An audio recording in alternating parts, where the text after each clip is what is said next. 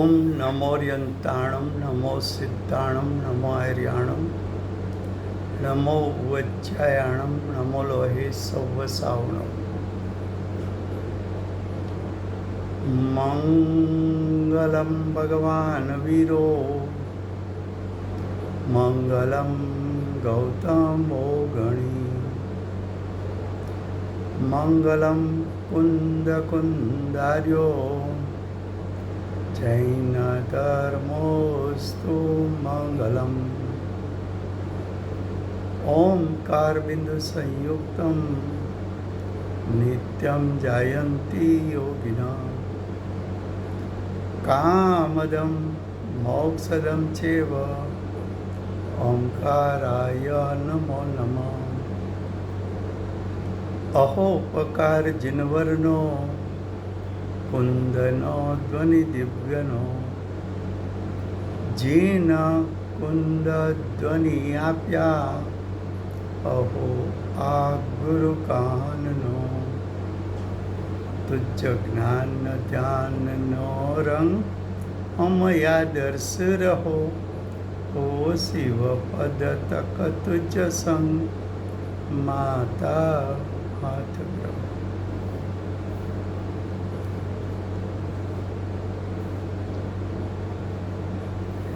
ये समयसार नाम का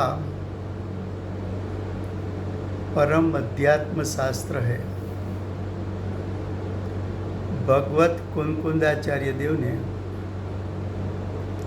मांगलिक करके All participants are muted and they can unmute themselves. Samaysar को कहने की प्रतिज्ञा की है।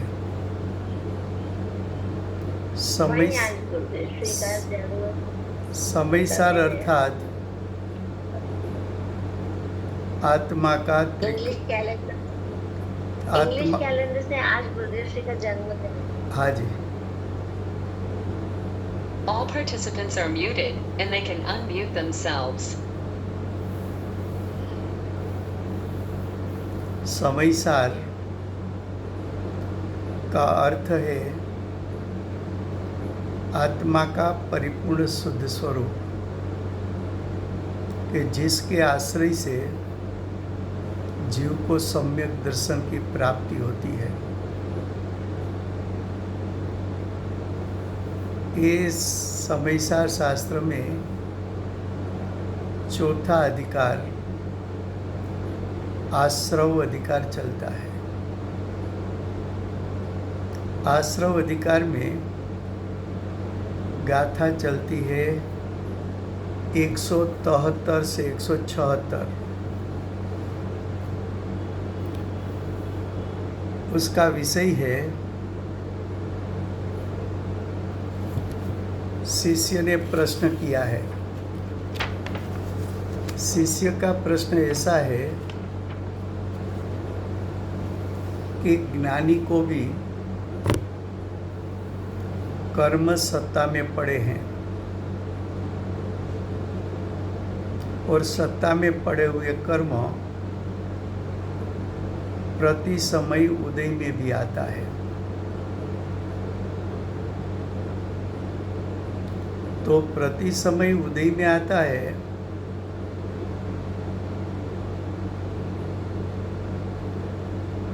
तो ज्ञानी को निराश्रव क्यों कहा? ये शिष्य का प्रश्न है। उसके उत्तर देना है। अगले स्वाध्याय का 5 मिनट में रिवीजन कर लेते हैं। आश्रव किसको कहते हैं? तो कि द्रव्य प्रत्यय यानी द्रव्य आश्रव। द्रव्य आश्रव का अर्थ है सत्ता में पड़े हुए कर्म को आप द्रव्य आश्रव कह सकते हैं। उदय में आते हुए कर्म को द्रव्य आश्रव कह सकते हैं और नया कर्म आता है उसको भी द्रव्य आश्रव कह सकते हैं।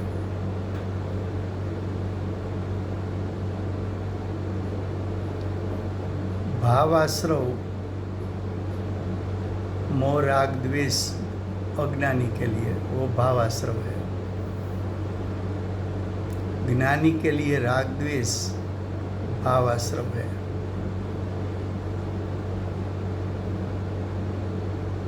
अब शिष्य का कहना है कि सत्ता में तो पूर्व अज्ञान दशा में जो कुछ कर्म बांधा था वो तो सत्ता में है। उसमें से जो कर्म प्रति समय उदय में आता है तो आप ज्ञानी को निराश्रव कैसे कह सकते हो?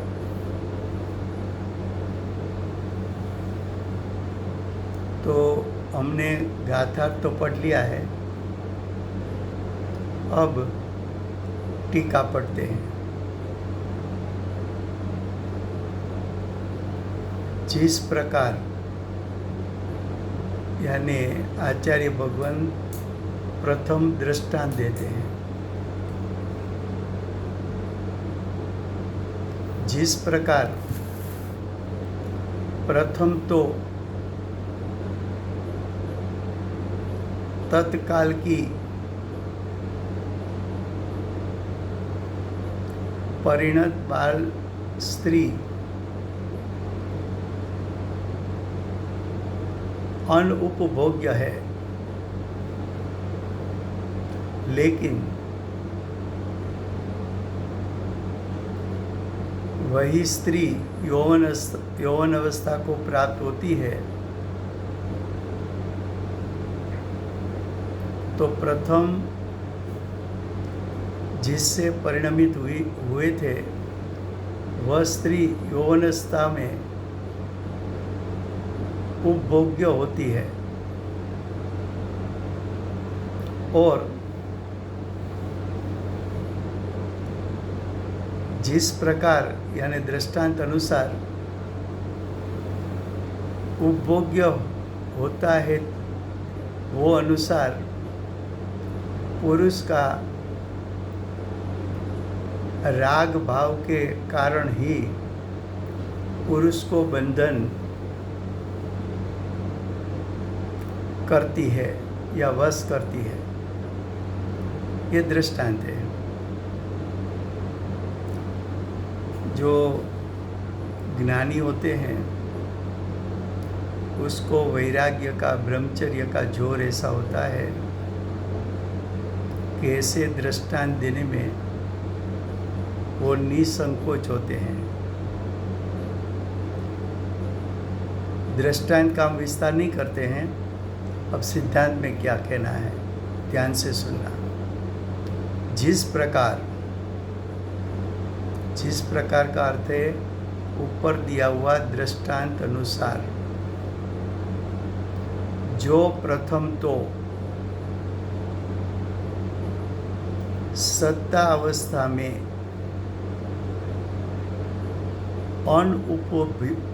अनुपभोग्य है, क्या कहा कि जो कर्म सत्ता में पड़े हैं तो सत्ता में पड़े हैं उसको द्रव्य कर्म कह सकते हैं, उसको द्रव्य आश्रव कह सकते हैं। दोनों बात एक है। हम सभी अज्ञानी हैं, हमारे सत्ता में कर्म पड़े हुए हैं। वैसी तरह चतुर्थ गुणस्थानवर्ती सम्यक दृष्टि हो तो उसको भी सत्ता में 8 प्रकार के कर्म सत्ता में रहता है। जब सत्ता में है तब तक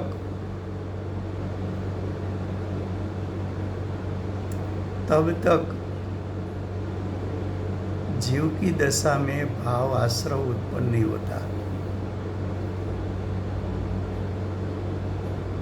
क्यों? कि कर्म का उदय आया नहीं है। ज्ञानी हो कि अज्ञानी हो, जो कर्म उदय में नहीं आए तो उसके साथ जुड़े हुए नहीं हैं।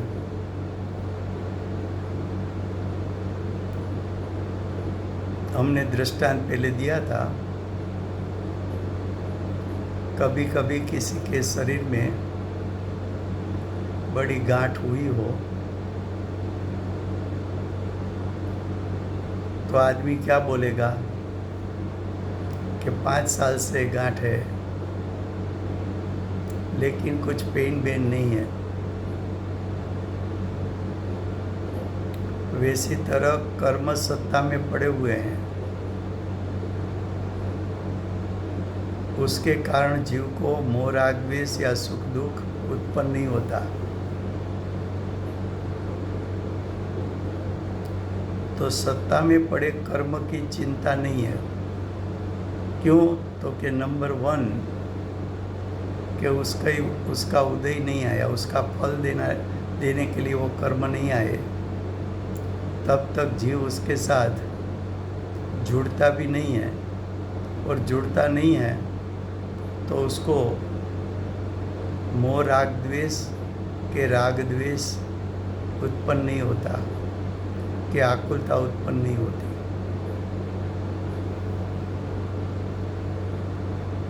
दूसरा कारण कि सत्ता में पड़े हुए कर्म हैं,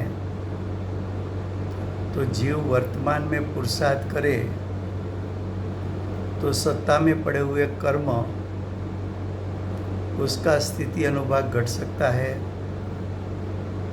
सत्ता में पड़े हुए कर्म का संक्रमण हो सकता है, उसका उदयाभावी क्षय हो सकता है। तो सत्ता में पड़े हैं तब तक बहुत से उसमें चेंजेस आने की शक्यता है। सत्ता में पड़े हुए कर्म उसकी निजरा भी हो सकती है। तो सत्ता में पड़ा है तब तक वो कर्म जीव के मोह राग द्वेष में निमित्त नहीं है, मोह राग द्वेष का कारण नहीं है। तो सत्ता में पड़े हुआ कर्म का भोगवटा नहीं है। भोगवटा का अर्थ कर्म वो फल देने के लिए आए नहीं, कर्म का उदय हुआ नहीं, कर्म के उदय के साथ जीव जुड़ा नहीं, तो जीव की सत्ता में विभाव के विकार उत्पन्न होता नहीं है, तो उसके आकुलता का दुख का कारण नहीं है। तो ये बात यहाँ तक आई सत्ता में। अब ध्यान से आगे पढ़ना। लेकिन विपाक अवस्था में, शास्त्र की भाषा में विपाक का अर्थ क्या है? तो कि विपाक का अर्थ है कर्म का फल आना। कर्म का फल कब आता है? तो कि वर्तमान अवस्था में। तो जो सत्ता में पड़े थे कर्म, उसमें जिसका स्थिति अनुभाग पूर्ण हुआ, वो कर्म फल देकर फिर जाते हैं। तो कर्म का उदय आया, अगर जीव उसमें जुड़ेगा तो कर्म का फल है मोह राग द्वेष। लेकिन कर्म के उदय आया, वो कब कहने में आता है? तो कि जब कर्म का उदय आया तब कहने में आता है कि जीव उसके साथ जुड़कर, अज्ञानी हो तो मोह राग द्वेष उत्पन्न करेगा, ज्ञानी हो तो राग द्वेष उत्पन्न करेगा। तो मोह राग द्वेष की उत्पत्ति हो या राग द्वेष की उत्पत्ति हो, तो वो भाव दुख का कारण, आकुलता का कारण है, तो वो दुख का भोगवटा जीव को हुआ ऐसा कहने में आता है। तो देखो, विपाक अवस्था, फल देने की अवस्था, तो कर्म का फल देने की अवस्था कब आती है? तो कि वर्तमान में। किस कर्म फल देगा? तो कि जो कर्म की स्थिति पूर्ण हुई है वो फल देगा। तो 8 प्रकार के कर्म या 7 प्रकार के कर्म उसका उदय हो सकता है, फल देने के लिए एक साथ आए हैं। लेकिन फल कितना मिलेगा? तो कि जीव उसमें कितना जुड़ता है। जीव उसके साथ जुड़ने जैसा है, ऐसा अभिप्राय के साथ जुड़ेगा तो मिथ्यात्व सहित भाव के साथ जुड़ा हुआ है। लेकिन ज्ञानी हो गया है, सम्यक दृष्टि हो गया है, तो कर्म के उदय में जुड़ने का भाव नहीं है, उल्लास नहीं है। तो ऐसे जीव को मोह राग द्वेष की उत्पत्ति नहीं होगी, लेकिन सिर्फ राग द्वेष की उत्पत्ति होगी।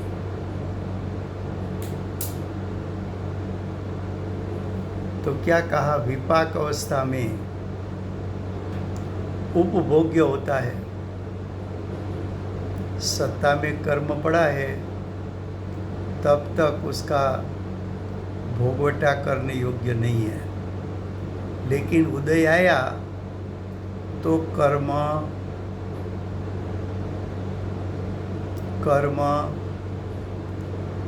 भोगवटा करने की योग्यता के साथ आया है। कर्म भले आया, भले उदय आया, भले कर्म का फल आया, कर्म का विपाक हुआ, लेकिन विपाक तब कहलाएगा कि जीव उसमें जुड़ेगा। तो देखो क्या लिखा है, फिर से पढ़ना ध्यान से। विपाक अवस्था में उपभोग्य, भोगवटा करने योग्य होता है। भोगवटा करने योग्य होता है, लेकिन भोगवटा करना नहीं करना, वहाँ जीव का स्वयं पुरुषार्थ है।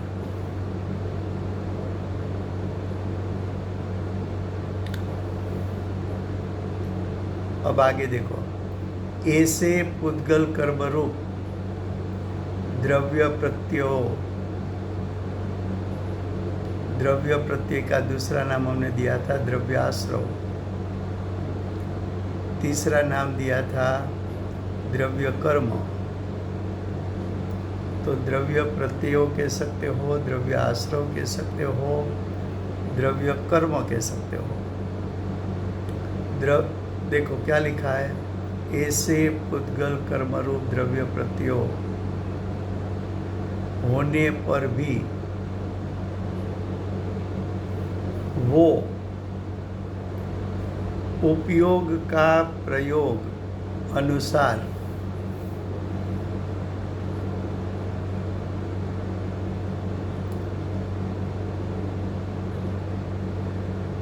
वो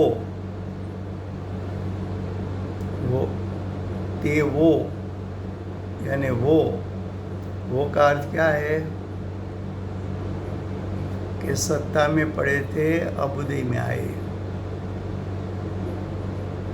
उदय में आया, अब ध्यान से पढ़ने जैसा है। उदय में तो आया, उपयोग का प्रयोग अनुसार, जीव का उपयोग। હવે जीव का उपयोग अनुसार उसका अर्थ क्या? तो कि जीव कितनी तीव्रता से जुड़ता है। तो कि ज्ञानी हो तो उसको तो कर्म के उदय में जुड़ने का उल्लास ही नहीं है। लेकिन आत्म स्वभाव में टिक नहीं पाते हैं, इसलिए कर्म के उदय में जुड़ना पड़ता है। तो ज्ञानी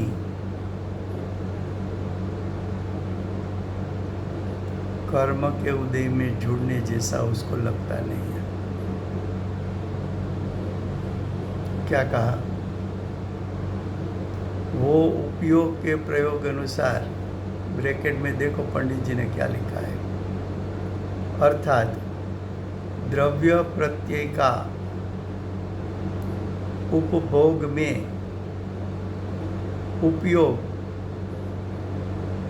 जुड़े इतने प्रमाण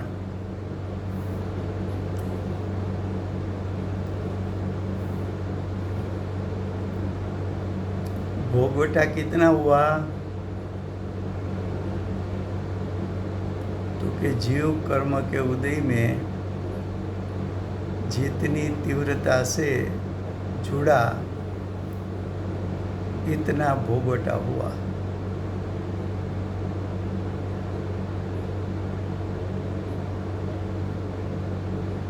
ज्ञानी भोजन ले और अज्ञानी भोजन ले, उसमें अंतर क्या है? तो कि ज्ञानी संयम के हेतु के लिए आहार लेते हैं और अज्ञानी आहार का भोगवटा करने के लिए आहार लेता है। खाने के समय अज्ञानी उसमें एक रूप हो जाता है, उसको खाने जैसा लगता है, खाने का राग उसको हितकारी लगता है, खाने का राग उसको उपाधि लगता है।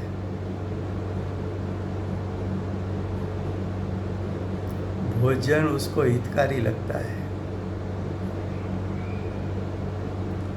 ये भोजन परद्रव्य है, उसका भोगवटा में कर नहीं सकता।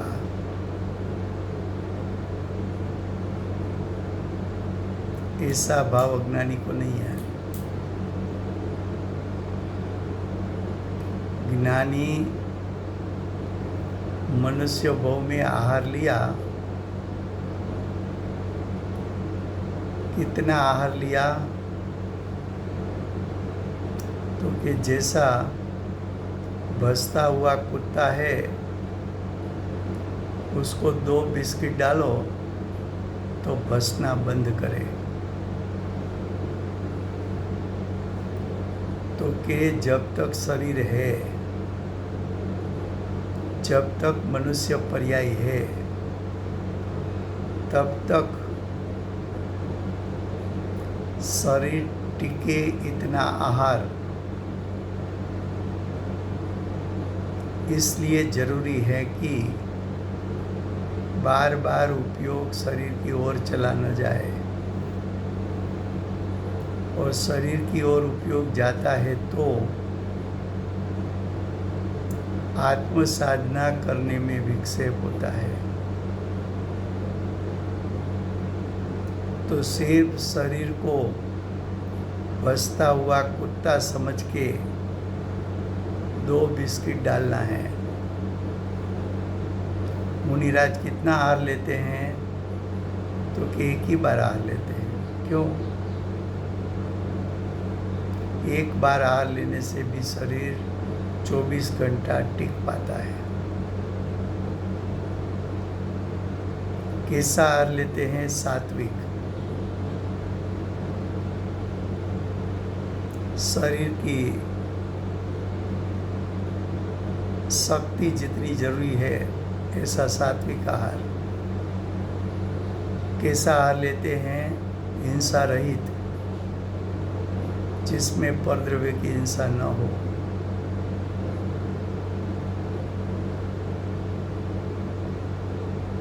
आहार बनाने का भाव नहीं है, भिक्षुक है, कोई आहार का दान करेगा तो मुनिराज आहार लेंगे।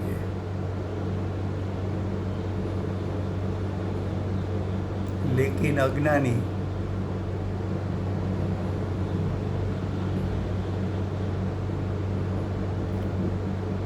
खाने की भोजन की आइटम का नाम लिया, उसके साथ मोढ़ा में पानी आ गया, मुंह में पानी आ गया, तो उसको खाने की रुचि कितनी है। ज्ञानी को कर्म के उदय की रुचि नहीं है। कर्म के उदय में जुड़कर राग द्वेष उत्पन्न करने की रुचि ज्ञानी को नहीं है।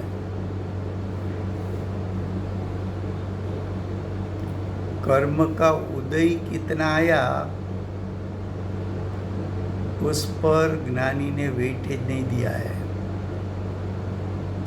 कर्म के उदय में तू किस प्रकार तेरे भाव से जुड़ा, इतना तुझे आश्रव है।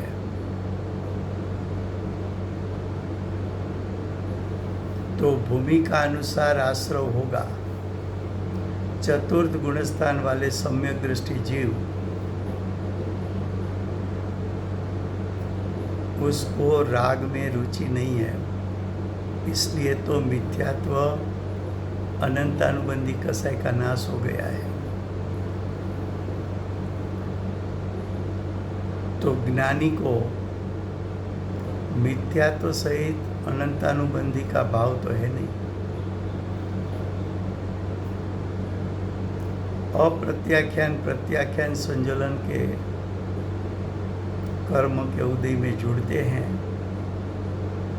और ज्ञानी की दशा में राग द्वेष उत्पन्न होता है, लेकिन वो राग द्वेष अनंत संसार का कारण बनता नहीं है। अनंत संसार का कारण नहीं बनता।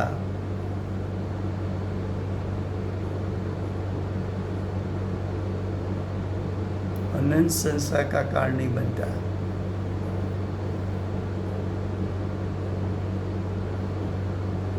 तो उसका जुड़ना अल्प संसार है, उसका फल अल्प संसार है।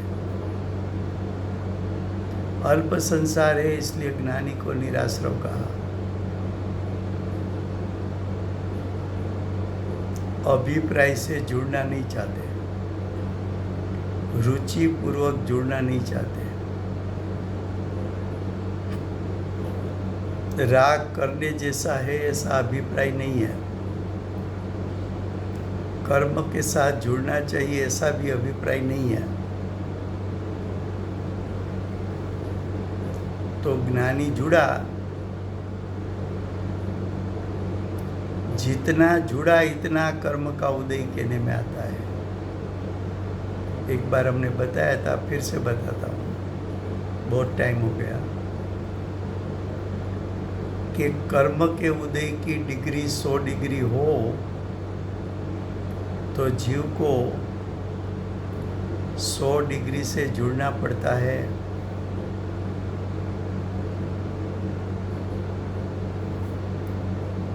तो कि जीव का मोह राग द्वेष कितनी डिग्री का होगा। कर्म का उदय 100 डिग्री है।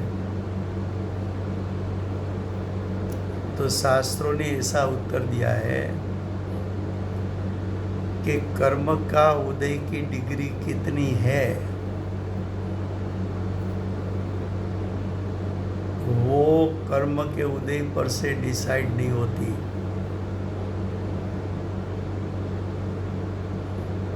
लेकिन जीव कर्म के उदय में जितनी डिग्री से जुड़ता है इतनी डिग्री का उदय कहने में आता है। क्या कहा कि कर्म का उदय कितनी डिग्री का, तो कि तू जितनी डिग्री से जुड़ा इतना उदय कहलाएगा। तो देखो क्या कहा है ब्रैकेट में पंडित जी ने, द्रव्य प्रत्यय का उपभोग में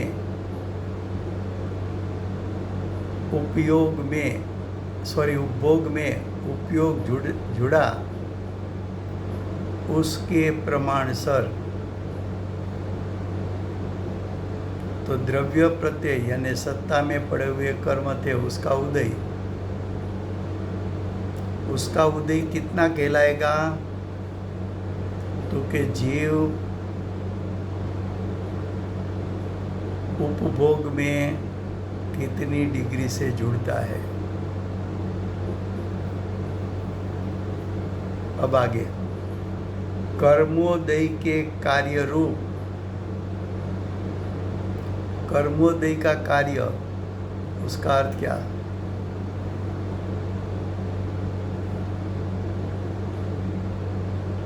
क्या लिखा है देखो, कर्मोदय के कार्य रूप जीव भाव का सद्भाव के कारण ही बंधन होता है।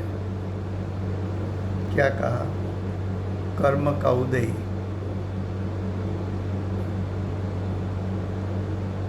उसमें जुड़ने से जीव में उत्पन्न होती नैमित्तिक दशा, अज्ञानी हो तो मोह राग द्वेष, ज्ञानी हो तो राग द्वेष। तो कर्म के उदय में जुड़ने से जीव की सत्ता में जो रागादि की उत्पत्ति हुई उसको कर्मोदय का कार्य कहने में आता है। मोह राग द्वेष को कर्मों का कार्य क्यों कहा, जीव का कार्य क्यों नहीं कहा,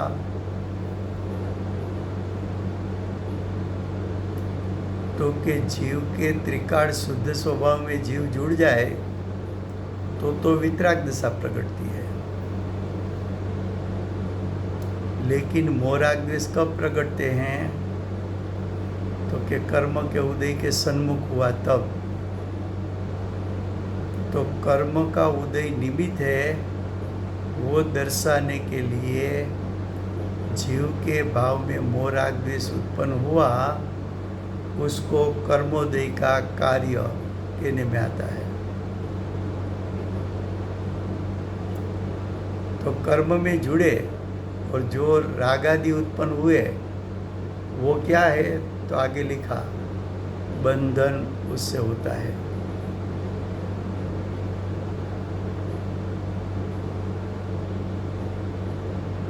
इसलिए ज्ञानी को पहले जनरल बात बताई, अब पर्टिकुलर ज्ञानी की बात करते हैं। क्योंकि शिष्य का प्रश्न था ज्ञानी निराश्रव क्यों है। तो देखो, ज्ञानी को जो पूर्वबद्ध प्रत्ययो विद्यमान है, पहले इतना स्वीकार करो कि ज्ञानी को भी सत्ता में पड़े हुए कर्म है। जो सत्ता में कर्म नहीं होते तो उदय भी नहीं आता।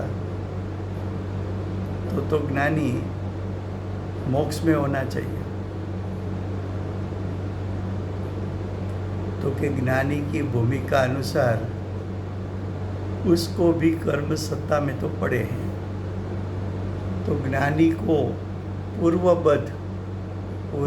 बंधन किया हुआ द्रव्य प्रत्ययो, द्रव्य आश्रवो, द्रव्य कर्मो विद्यमान है। पूज्य गुरुदेव माता जी ज्ञानी है, लेकिन चतुर्थ गुणस्थानवर्ती ज्ञानी हो, अभी मोक्ष नहीं हुआ है, तो सत्ता में कर्म पड़े हैं।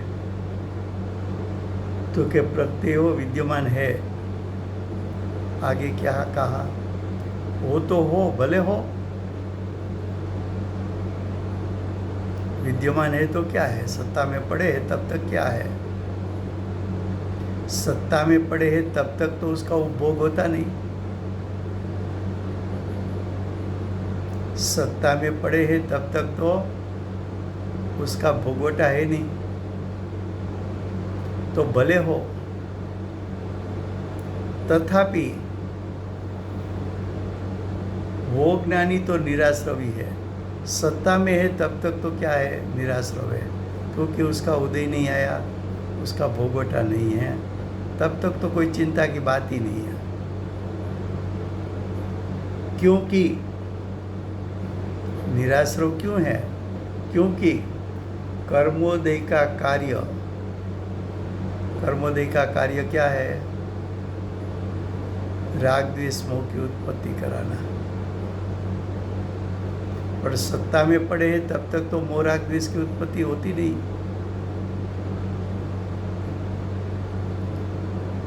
क्या कहा? कर्मोदय का कार्य जो राग द्वेष मोह रूप आश्रव भाव, उसके अभाव में सत्ता में पड़े थे कर्म, उसके कारण कहीं मोह राग द्वेष तो उत्पन्न हुआ नहीं। मोह राग द्वेष उत्पन्न नहीं हुआ तो मोह राग द्वेष नवा द्रव्य कर्म के बंध का कारण बना नहीं।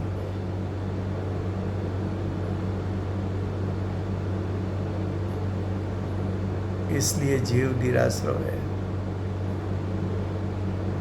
अब देखो ब्रैकेट में क्या लिखा, जैसे पुरुष को राग भाव हो तो ही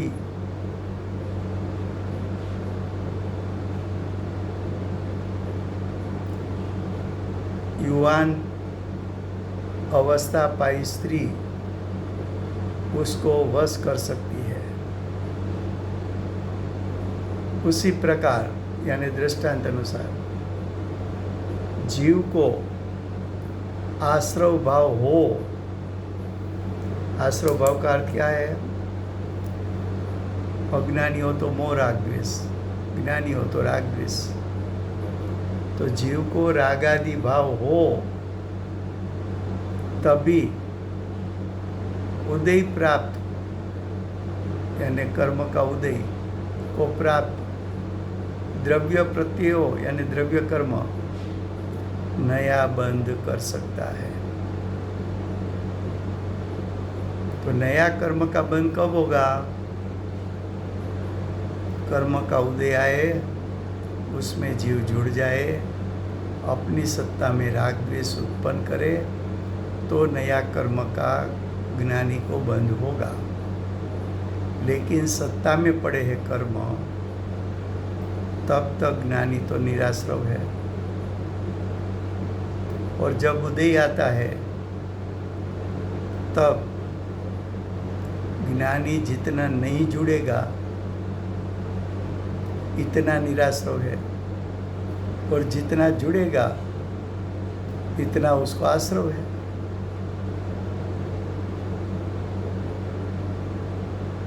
फिर से टीका गुजराती में।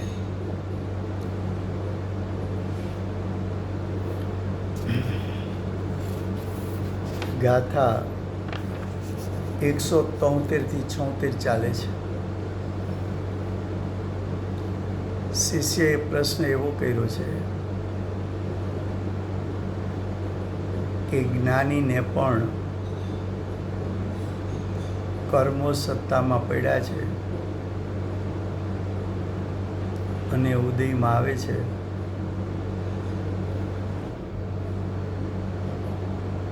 તો પછી જ્ઞાનીને નિરાશ્રવ કઈ રીતે કહી શકાય? આ ટીકામાં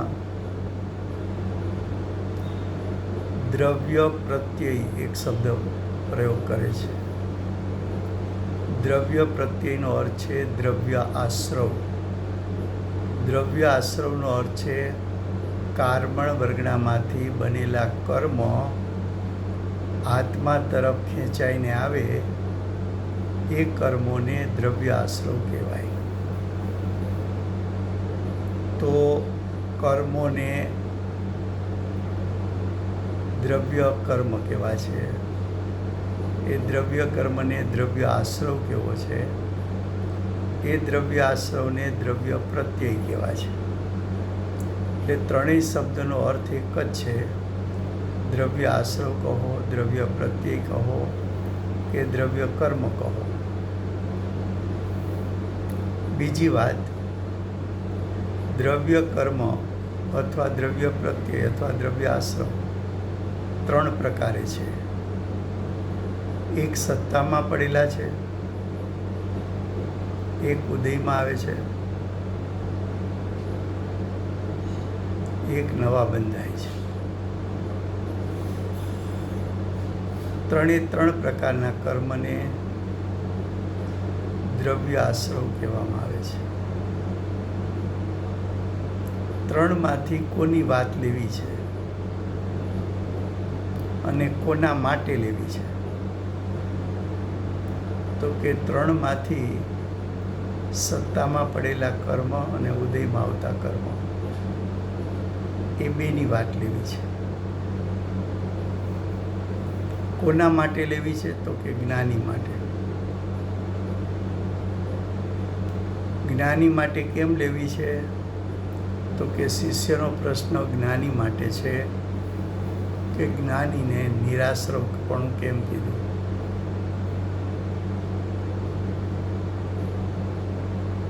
હવે એ ટીકાના શબ્દો આપણે વાંચીએ છીએ. જેમ પ્રથમ તો તત્કાલ પરણેલી બાળ સ્ત્રી,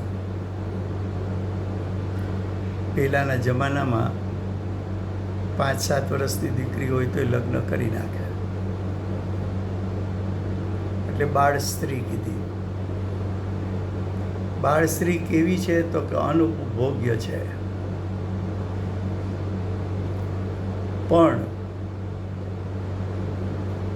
બાળ સ્ત્રી યૌવનને પામતા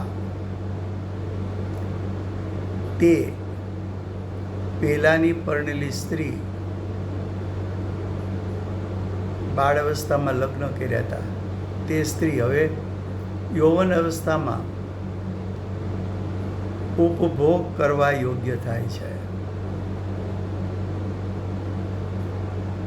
અને જે રીતે ઉપભોગ્ય થાય તે અનુસાર પુરુષના રાગ ભાવને લીધે જ પુરુષને બંધન કરે છે.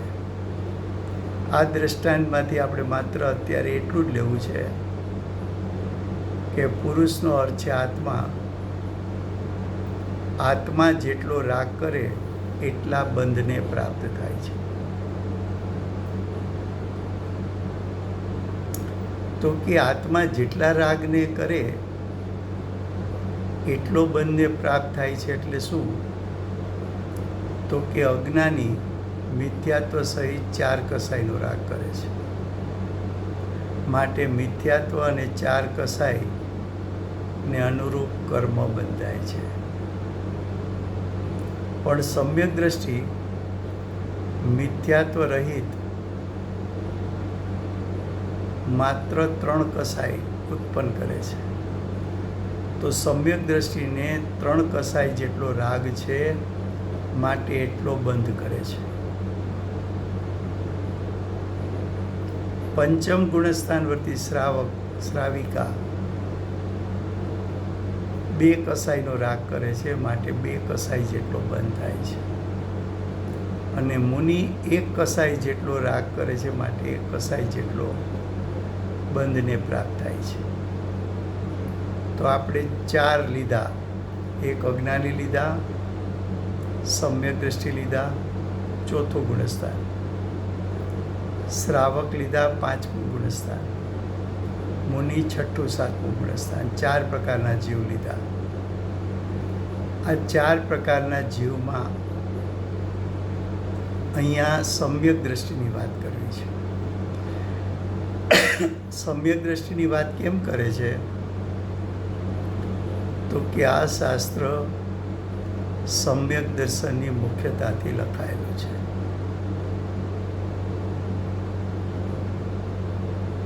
સમ્યક દ્રષ્ટિના વિપરીત અભિપ્રાયો નાશ પામ્યા છે.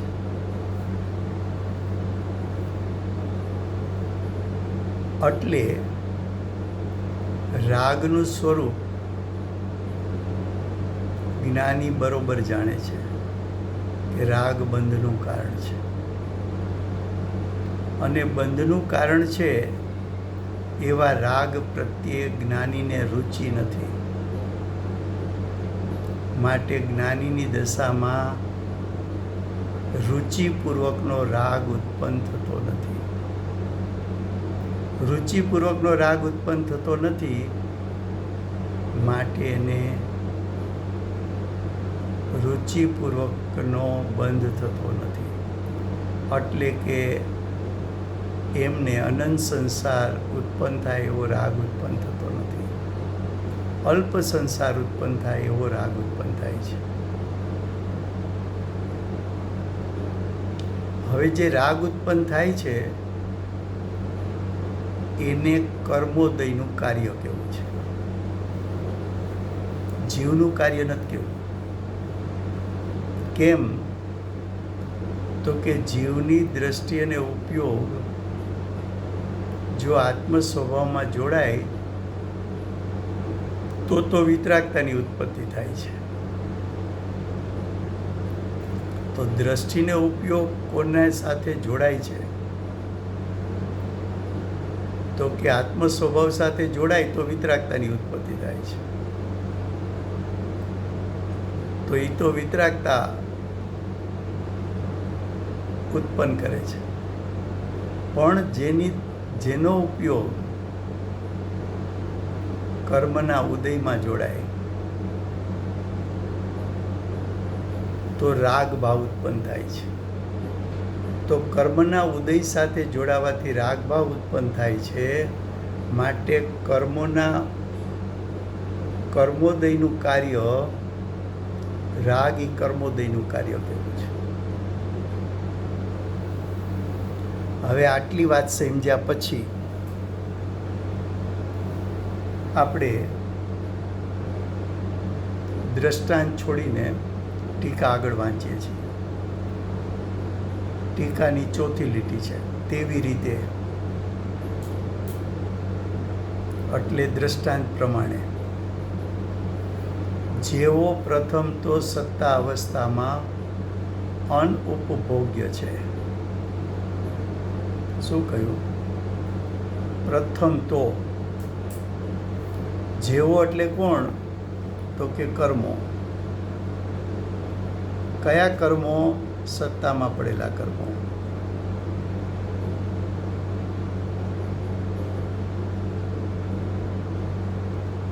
સત્તામાં પડેલા કર્મો કેવા છે?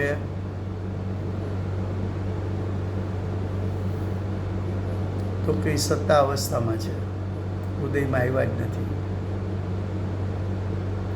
કર્મનો ભોગવટો ક્યારે થાય? તો કે ઉદયમાં આવે ત્યારે. પણ હજી કર્મો ઉદયમાં જ નથી આવ્યા. આપણી સત્તામાં કર્મો પડ્યા હોય, કોઈ 10,000 વર્ષ પછી ઉદયમાં આવે, કોઈ પછી 50,000 વર્ષ પછી ઉદયમાં આવે, કોઈક સાગરોપમ કાળ પછી ઉદયમાં આવે. પણ એ ઉદયનો કાળ જ્યારે એનો આવે, એની સ્થિતિ અનુભાગ પૂર્ણ થતા હોય તો સ્થિતિ પૂરી થઈ એટલે કર્મનો ઉદય થયો, અને એ કર્મોએ ફળ આપ્યું એટલે અનુભાગ એનો પૂરો થયો. તો કહે છે કે જ્યાં સુધી સત્તામાં જ પડ્યા છે, ભોજનની સામગ્રી ફ્રીજમાં જ પડી છે, ત્યાં સુધી તો ઉપભોગ્ય નથી. તારા હાથમાં આવી પછી ભોગવવા યોગ્ય છે.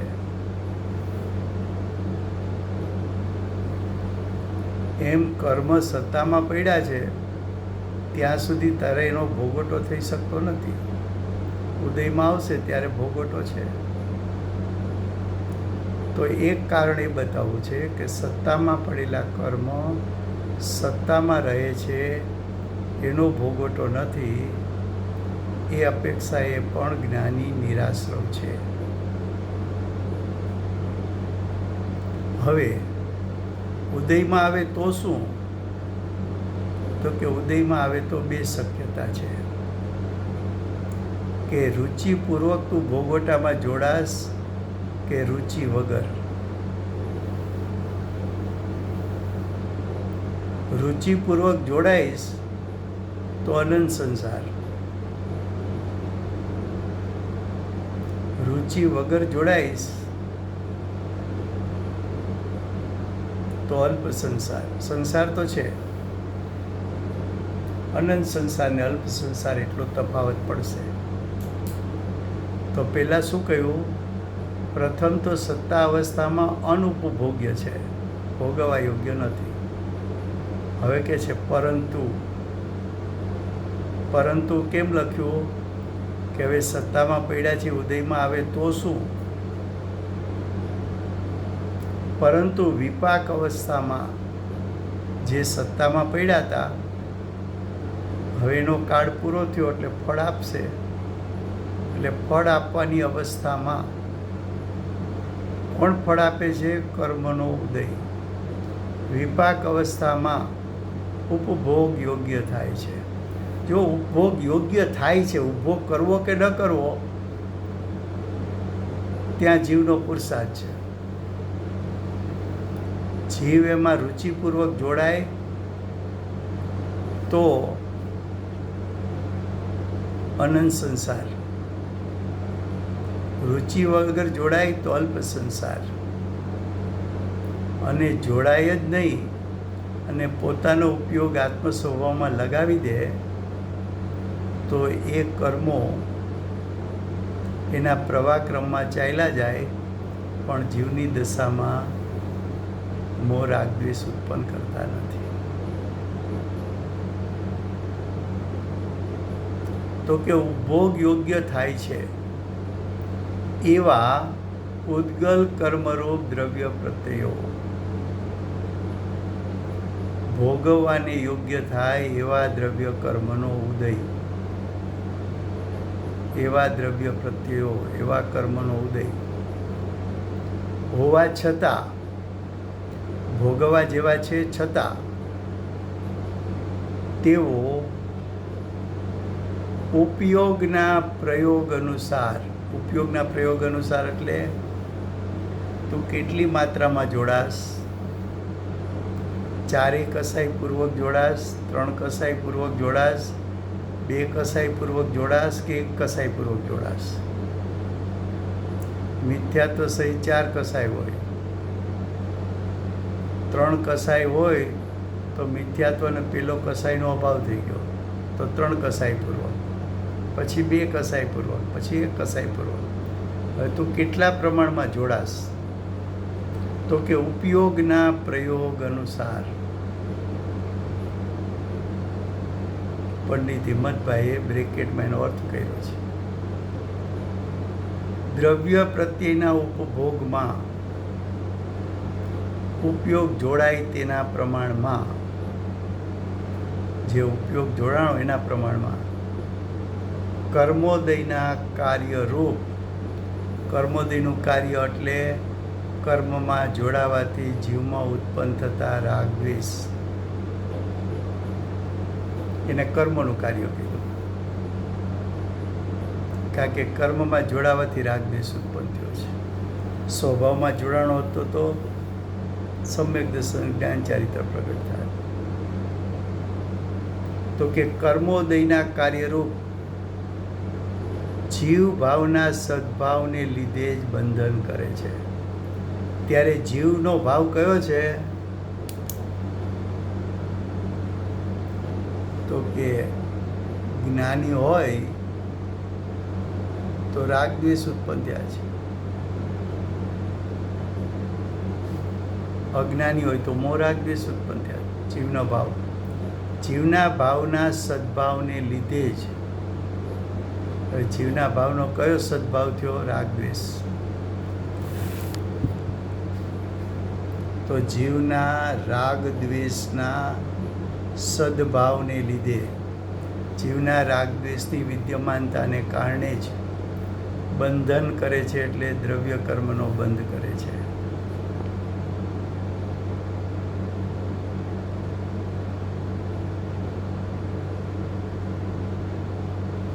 માટે જ્ઞાનીને જો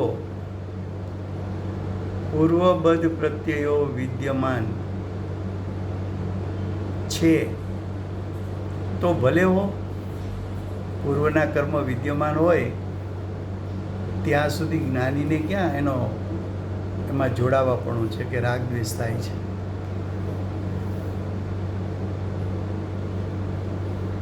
તો ભલે હો, તે જ્ઞાની તો નિરાશ્રવ જ છે, કર્મ સત્તામાં પડ્યા છે, એને કારણે કંઈ પોતાને રાગ દ્વેષ થતો નથી. હવે કે છે કારણ કે કર્મોદયનું કાર્ય જે રાગ દ્વેષ મોહરૂપ આશ્રવ ભાવ તેના અભાવમાં,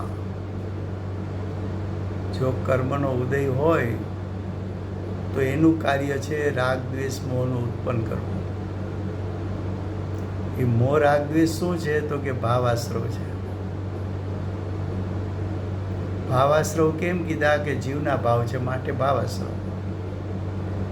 તેના અભાવમાં એટલે જીવમાં જો મોહ રાગ દ્વેષ ન થાય તો દ્રવ્ય પ્રત્યયો બંધના કારણ નથી, તો કંઈ કર્મ બંધાતા નથી. જેમ પુરુષને રાગભાવ હોય તો જ યુવાન અવસ્થા પામેલી સ્ત્રી તેને વશ કરી શકે છે, તેમ જીવને આશ્રવ ભાવ એટલે જીવના આશ્રવ ભાવ એટલે મોહ રાગ દ્વેષ હોય. જ્ઞાની હોય તો રાગ દ્વેષ હોય તો જ ઉદય પ્રાપ્ત દ્રવ્ય પ્રત્યયો એટલે કર્મના ઉદયો નવો બંધ કરી શકે છે. એટલે ખરેખર સત્તામાં પડેલા કર્મ કાંઈ બંધનું કારણ નથી. ભાવાર્થ કાલે ચાલશે.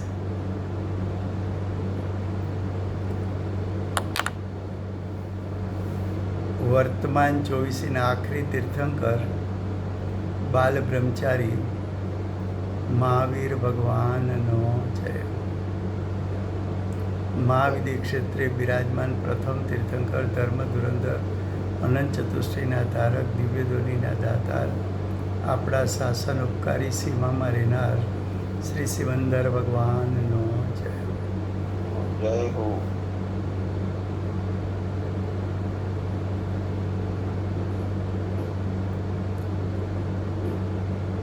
કળીકાળ સર્વજ્ઞ કેવળ જ્ઞાનની તળેટીમાં બેઠેલા મા સમર્થાચાર્ય ભગવત કુલકુંદાચાર્ય દેવનો જય.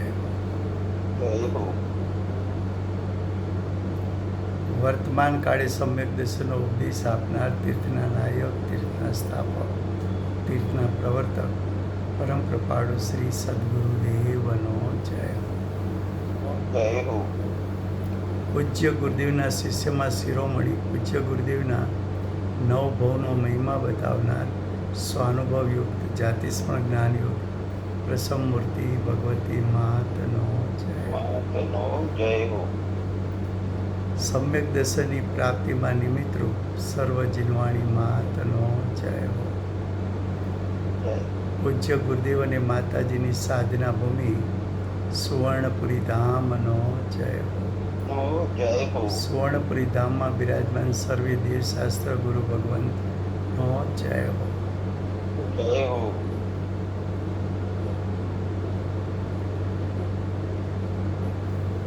વર્તમાન ગુરુ અને ધાતુકી મહાવિદ્ય ક્ષેત્રના ભાવિ તીર્થંકર શ્રી સૂર્યકૃતિનાથ ભગવાનનો જય હો. જય હો. સૂર્યકીર્તિ ભગવાનના સમોસરણના મુખ્ય ગણધર દેવેન્દ્ર કીર્તિનાથ ભગવાનનો જય હો. જય હો. પરમ દિગંબર જૈન ધર્મનો જય હો. જય.